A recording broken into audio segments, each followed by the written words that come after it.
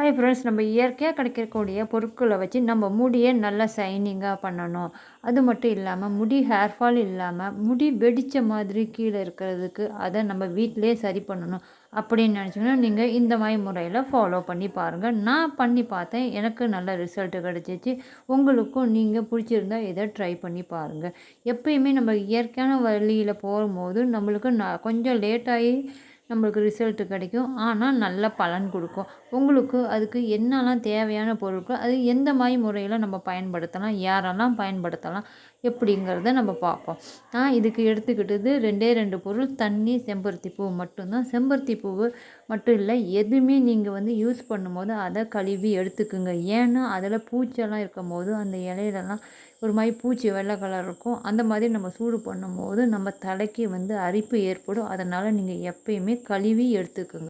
இதை யாரெல்லாம் யூஸ் பண்ணலாம், யார் யூஸ் பண்ணக்கூடாதுன்னு சொன்னால், இந்த மாதிரி தலையில் அரிப்பு இருந்துச்சுன்னா நீங்கள் யூஸ் பண்ணாதீங்க. மற்ற டைமில் நீங்கள் யூஸ் பண்ணுங்கள். ஃபஸ்ட்டு டைம் இல்லாட்டி செகண்ட் டைம் யூஸ் பண்ணும்போது உங்களுக்கு சளி பிடிக்கிற மாதிரி இருக்கும். அது நாளடைவில் அது சரியாயிரும். எங்களுக்குமே கூட ஃபஸ்ட்டு ஒரு 4 வாட்டி சளி பிடிக்கிற மாதிரி இருந்துச்சு. ரொம்ப நேரம் வைக்காதீங்க. ஃபஸ்ட்டு டைம் நீங்கள் யூஸ் பண்ணுறதா இருந்தால் ஒரு 5 நிமிஷம் 10 நிமிஷத்துக்கு மேலே வைக்காதீங்க.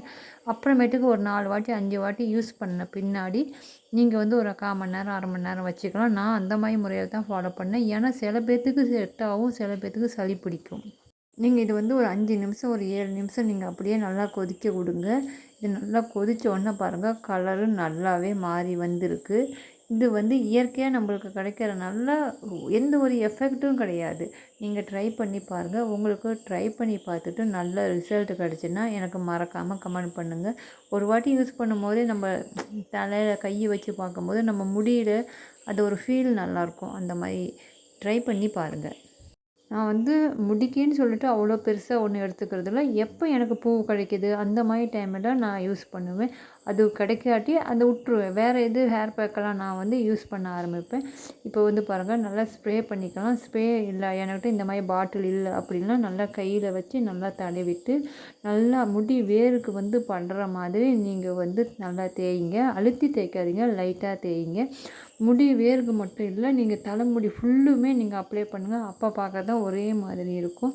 அது மட்டும் இல்லாமல் இன்னொரு முறையிலும் நம்ம இந்த பயன்படுத்தலாம். செம்பருத்தி இலையை நல்லா சின்ன சின்னதாக கழுவிட்டு வெட்டி எடுத்துக்கிட்டு அதை கையில் நல்லா பிசைஞ்சு எடுத்துக்கிட்டு நல்லா ஒரு கொஞ்சம் நேரம் நல்லா பிசையும் போது ஒரு மாதிரி ஜெல்லு மாதிரி தண்ணி வரும். ஏன் சொல்கிறேன்னா, செம்பருத்தி பூ இல்லாத டைமில் இந்த மாதிரி நான் செம்பருத்தி இலையை போட்டுக்குவேன். செம்பருத்தி இலையும் கூட நல்ல ஒரு மாதிரி பளபளன்னு இருக்க மாதிரி இருக்கும். நீங்கள் ட்ரை பண்ணி பாருங்கள்.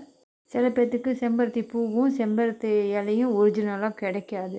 அதனால் நீங்கள் பவுட்ரு யூஸ் பண்ணலாமான்னு கேட்டால், கண்டிப்பாக நீங்கள் உங்களுக்கு செம்பருத்தி பூவும் செம்பருத்தி இலையும் கிடைக்கிற டைமில் நல்லா எடுத்துகிட்டு வந்துட்டு, ரொம்ப வெயில் இல்லாமல் ஒரு கொஞ்சம் வெயிலாக இருக்கிற டைமில் நல்லா அதை காய வச்சு எடுத்து நீங்கள் பொடி பண்ணி கூட அதை கூட நீங்கள் ட்ரை பண்ணி பார்க்கலாம். கடையில் வாங்குறது ஒரிஜினலாக கிடைக்குதா என்னன்னு தெரியாது. ஒரிஜினலாக கிடைச்சா நீங்கள் அதை கூட யூஸ் பண்ணலாம். நான் பாருங்கள், அதை வடிகட்டி எடுக்கும்போது அந்த இலையோட தண்ணி எவ்வளோ ஜெல்லு மாதிரி வருது பாருங்கள்.